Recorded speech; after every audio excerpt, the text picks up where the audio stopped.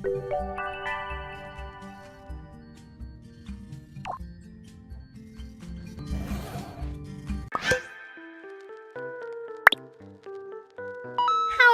My name is Dolly. It's spooky season, if you're watching this in October.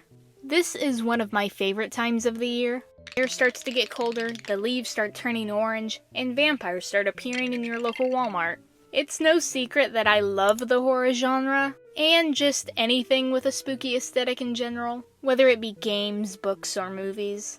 Some of my favorite movies to watch to get in the Halloween mood are the G1 Monster High movies. And Monster High is no stranger to collaborating with very famous horror movie franchises. Just look at all these Skeletor dolls they've made. Which got me thinking, Mattel has made so many Skeletor dolls of horror movies, but no horror games. So, I thought it'd be fun to do a little video about what horror game Skeletor dolls would look like. And while I'd love to see a freaky fabulous Leon Kennedy, I thought it'd be pretty funny to see dolls of quote-unquote mascot horror characters specifically. The vibrancy of a lot of mascot horror designs lend themselves really well to Monster High, and I do just personally like a lot of mascot horror games. So, of course, we have to start with the king of mascot horror, FNAF, woohoo! But not with Freddy specifically. Who would fit the creepy Monster High aesthetic really well? Oh no.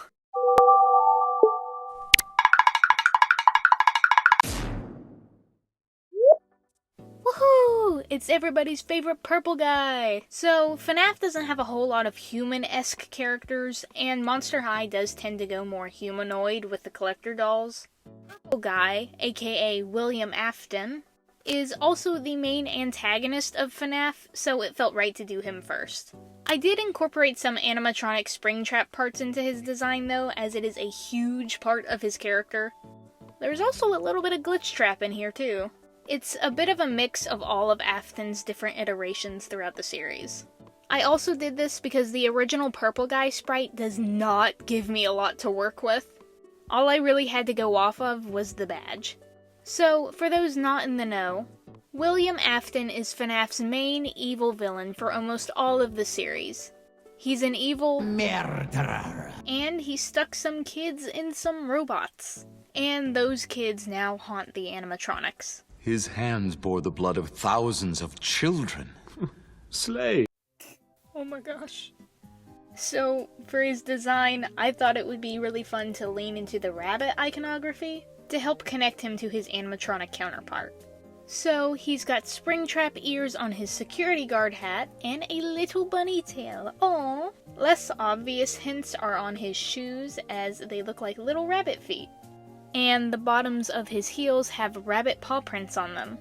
It would probably make him really easy to track, though. Well, gang, where do we think the murderer went? Maybe we should follow the really obvious rabbit footprints that lead away from the crime scene. You know, Velma, you're no fun.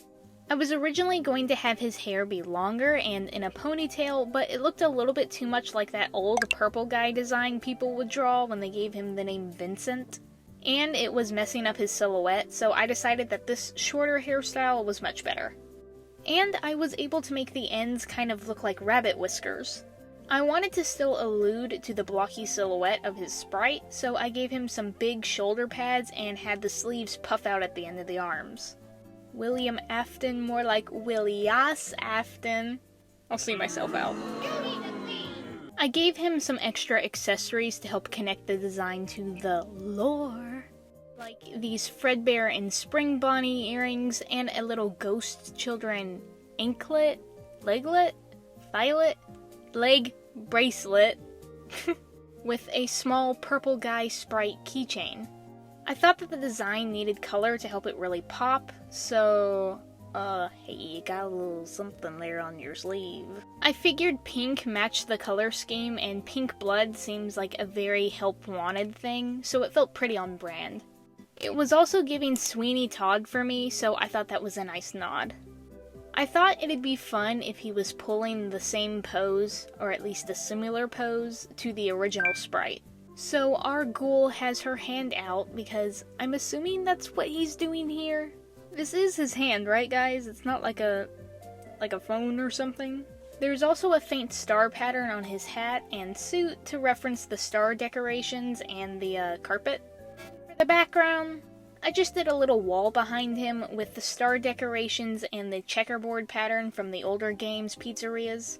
Then I put down Purple Guy Edition to show that this could be just one of many possible Afton dolls they could make. Like, there could be a separate Springtrap Edition, or even a Glitchtrap Edition. I don't know, man. There's so many versions of Afton. Personally, I think I need myself a Peepaw Afton doll. Oh my god. I think if this was a real doll, it'd probably be a G1 body because I think they fit the vibe of the sprite best, and most Skeletor dolls are made using the G1 body. I think only the Squid Games doll used a G3 body.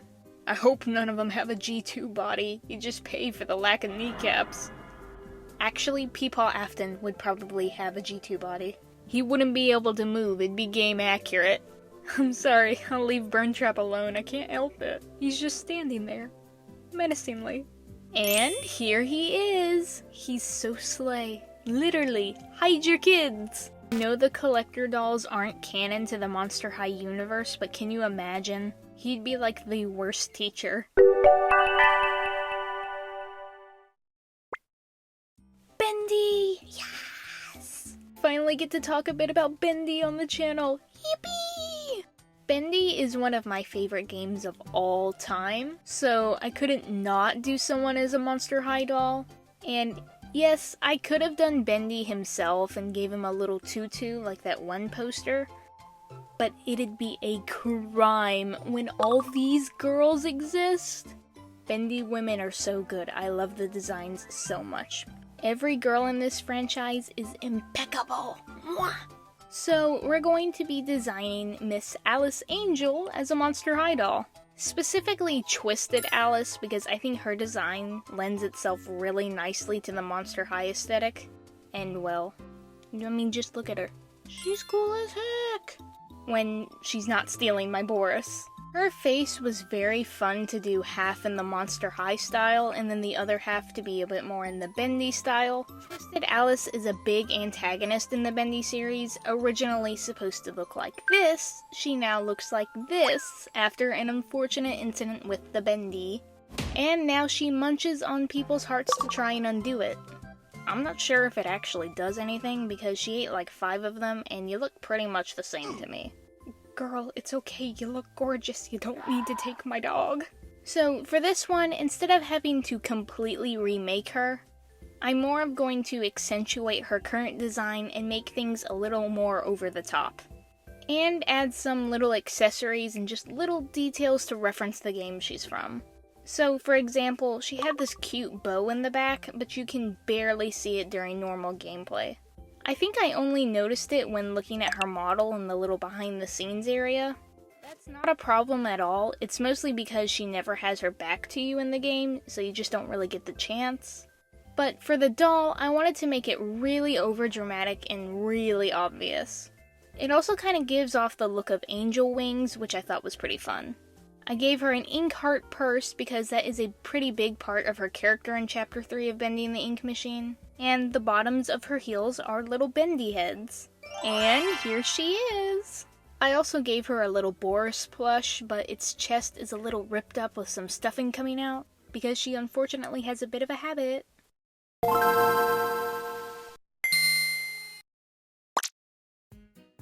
Okay, y'all know I love Indigo Park, I can't hide it!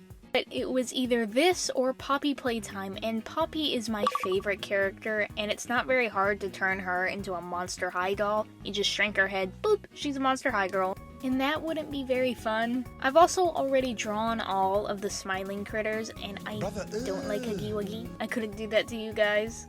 And then I thought, Disney World has tons of collector dolls that they make specifically for the parks. And sometimes it's Mattel that makes those dolls. And since Indigo is so inspired by the Disney parks, it felt like a pretty natural crossover. And Rambley is the poster child of Indigo Park, so I had to do him. So for clothes, Rambley has a bandana, so I already knew I had that to work with. But otherwise, our boy is kind of in the nude. Then I remembered his little train conductor hat he wears and realized, Cute 50s train conductor girl? Oh, ho, ho. What was that? Ha ha ha. If I had a nickel for every time I loved the character who was obsessed with trains, I'd have 2 nickels, which isn't a lot, but it's weird that it happened twice. I was inspired by Disney park collector dolls, of course, but I was also really inspired by some Disney cast member outfits and thought it would be cute if his outfit referenced those.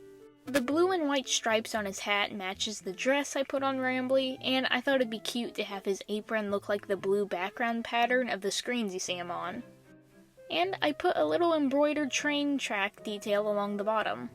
I wanted him to keep the black paws in his original design, so I gave him some black train conductor gloves and boots. You might notice his purse, and, So, in Chapter 1 of Indigo Park, Molly Macaw is an antagonistic character throughout the chapter. She watches you from afar and then slinks away when you get too close until near the end of the chapter where she straight up starts chasing you and you've got to run away from her. Until Rambley closes a door on her head and off it goes. So our Monster High Rambley decided that it'd actually make a great purse. Well, I mean, it's not like she's using it anymore. Then there are some pearls hanging off the bottom, and that's a reference to those old necklaces people used to wear to mimic their head getting cut off in a guillotine. You guys know what I'm talking about? Then with the hair, I decided shorter was definitely the best thing to do, and I shaped it to mimic the tufts of fur on his cheeks.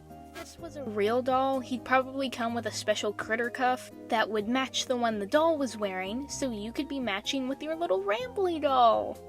Then, for the background, I wanted to give it a little bit of a vintage vibe, not quite as much as my other Indigo Park art because I still wanted to keep the Monster High aesthetic prevalent. I wanted a cute little logo for his name, and of course I had to incorporate a train in there.